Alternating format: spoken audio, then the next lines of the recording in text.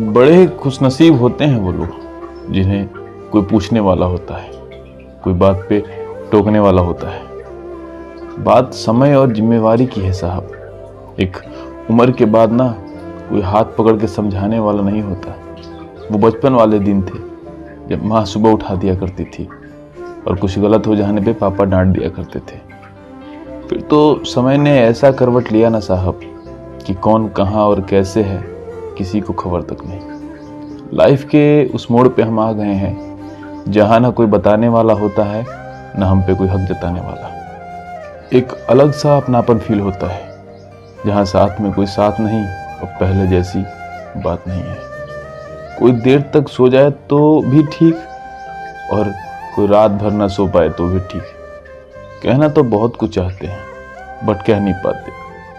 अब अधजगी आंखों पे कोई सवाल करने वाला नहीं है।